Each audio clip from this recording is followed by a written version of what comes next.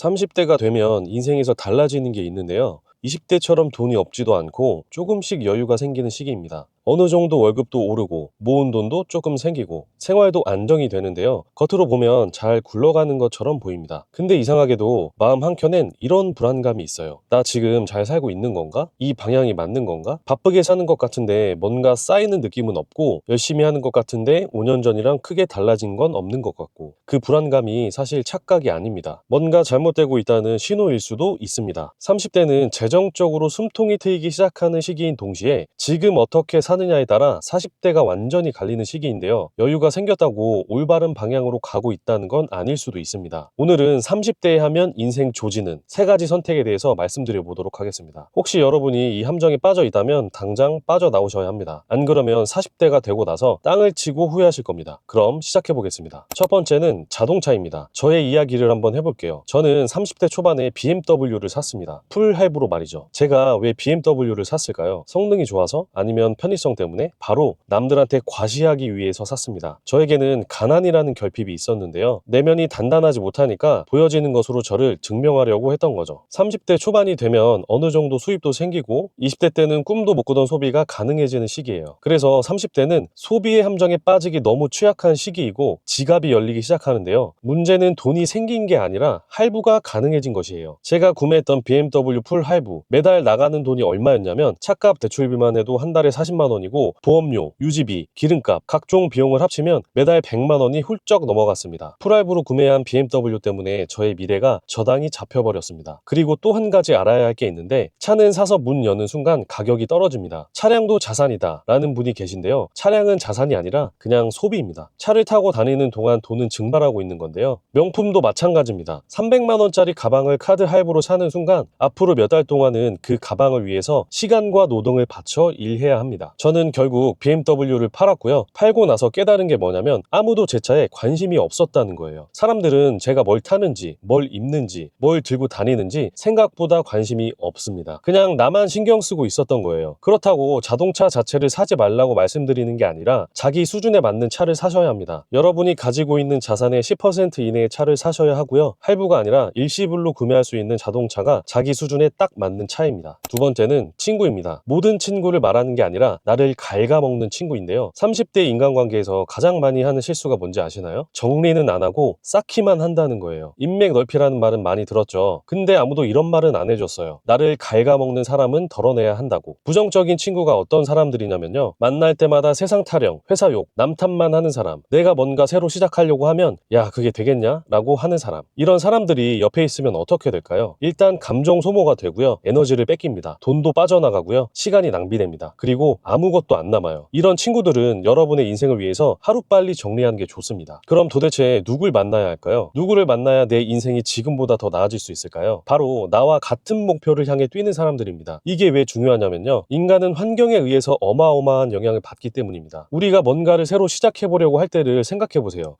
2026년부터는 독서도 하고 자기계발도 열심히 해야지 하고 다짐을 하잖아요. 근데 어떻게 되던가요? 대부분 작심삼일로 끝나게 돼버립니다. 의지만으로는 한계가 있기 때문인데요. 그런데 옆에서 같은 목표를 향해 달리는 사람이 있으면 달라집니다. 혼자라면 포기했을 순간에 그 사람들 때문에 다시 하게 됩니다. 이런 말이 있잖아요. 당신은 가장 많은 시간을 함께 보내는 5명의 평균이다. 한번 여러분 주변 5명을 떠올려 보세요. 그 사람들의 평균이 지금의 나예요. 만약 그 5명이 매일 불평하고 현실에 안주하고 성장에 관심 없는 사람들이라면 나도 자연스럽게 그렇게 됩니다. 반대로 그 5명이 목표가 있고 좋은 습관을 행동으로 보여주고 있고 서로 응원하는 사람들이라면 나도 그 에너지를 받아서 달라지게 돼 있습니다. 그렇기 때문에 나와 같은 방향을 보는 사람, 나에게 에너지를 주는 사람을 곁에 두어야 합니다. 그게 가장 빠른 성장의 지름길입니다. 저도 이 목표가 같은 사람을 주변에 둔 덕분에 월급 200만 원을 받고도 월세 1250만 원을 받는 건물주가 될 수 있었습니다. 혼자였다면 아마 중간에 포기했을 거예요. 그래서 저는 함께 성장하는 모임, 좋은 습관을 가지고 있고 서로를 응원해주는 모임을 이번 4월 달에 만들어 보려고 하는데요. 관심 있으신 분들은 댓글 남겨주시기 바랍니다. 세 번째는 매너리즘인데요. 세 번째가 사실 제일 티 안 나고 제일 무서운 함정인데요. 매일 출근하고 월급 받고 퇴근하고 유튜브 보고 자고 그리고 출근하고 월급 받고 퇴근하고, 이게 반복되면 내가 지금 어디에 있는지, 내 삶이 어느 방향으로 나가고 있는지 모르게 되는데요. 월급은 안정적으로 들어오니까 괜찮아 보입니다. 근데 한번 생각해 보세요. 월급은 지금 이 순간 내 노동의 대가예요. 내가 일을 멈추는 순간 월급도 멈춥니다. 그런데 우리는 언제까지 일할 수 있을까요? 몸이 아프거나 회사가 망하거나 구조조정이 된다면요? 내 일자리가 AI로 대체된다면요? 월급 하나에만 의존하는 삶은 생각보다 굉장히 불안정한데요. 30대의 현상 유지만 하다 보면 40대에 선택지가 없어집니다. 이직하고 싶어도 스펙이 없고, 창업하고 싶어도 경험도 돈도 없고, 뭔가 배우고 싶어도 체력이 딸려요. 그래서 30대 때 새로운 시도를 해야 합니다. 거창한 게 아니에요. 매달 책 한 권 읽는 것도 좋고, 유튜브, 블로그, SNS로 자기 컨텐츠를 쌓는 것도 좋고, 퇴근 후에 1시간 자격증 공부나 재테크 공부를 하는 것도 좋아요. 중요한 건 지금의 나보다 6개월 뒤에 내가 조금이라도 달라져 있어야 한다는 거예요. 여러분, 삶은 개구리 증후군이라는 말 들어보셨나요? 개구리를 물 안에 넣고 서서히 물을 뜨겁게 데워도 개구리는 조만간 직면할 위험을 인지하지 못하고 결국 죽게 된다는 뜻인데요. 익숙해진다는 것, 그리고 편안함이 가장 위험한 함정일 수 있습니다. 세상은 계속 바뀌는데 나만 멈춰 있으면 사실 뒤로 가는 것과 같은 거거든요. 자, 정리해 보겠습니다. 30대 하면 인생 꼬이는 3가지. 첫 번째, 자동차. 남한테 잘 보이려고 내 미래를 갉아먹지 마세요. 두 번째, 인간관계. 나를 갉아먹는 사람은 정리하고 같은 방향을 보는 사람들을 곁에 두세요. 세 번째, 매너리즘. 월급만 믿지 말고 지금 당장 한 가지라도 새로 시작해보세요. 30대는 인생에서 가장 중요한 시기입니다. 30대 때 뭘 했느냐에 따라 앞으로 다가올 40대의 인생의 격차는 어마어마하게 벌어집니다. 한 번쯤 여러분 스스로에게 질문해보세요. 나 지금 서서히 뜨거워지는 물속에 있는 건 아닐까? 오늘 이 영상을 보고 딱 한 가지만 바꿔도 1년 뒤 여러분의 삶은 분명히 달라져 있을 겁니다. 영상 보시고 바꿔야 할 게 있다면 지금 바로 행동으로 옮겨보세요. 40대의 내가 오늘의 나에게 고마워할 겁니다. 영상이 도움되셨다면 구독과 좋아요 부탁드리겠습니다. 감사합니다.